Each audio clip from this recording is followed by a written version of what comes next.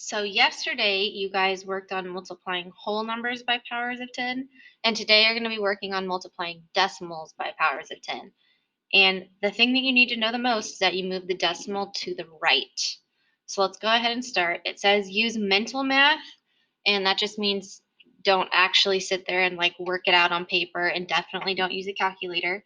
So we're going to use the patterns to find each product. 0.9 times 100. There are two zeros in 100, so we're going to take our decimal and move it 2 places to the right.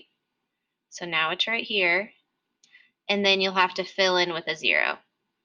So our new number, technically, if we're just looking at what it says right there, it's 090 and then a decimal. But in the number world, that's just the whole number of 90. So that's all you need to put for your answer. Number 12, there's 1, 0, and 10, so we move our decimal 1 place to the right. Now it's in between the 0 and the 5, so I'm going to put 0.56, so it's 56 hundredths. Putting that other 0 in the front, it's not necessary. If it were any other number besides 0, it would have been. Number 13, there's 2 zeros in 100, so we're going to move our decimal 2 times to the right. Now it's 018 with the decimal at the back. That's just the whole number of 18. You don't need to put the decimal.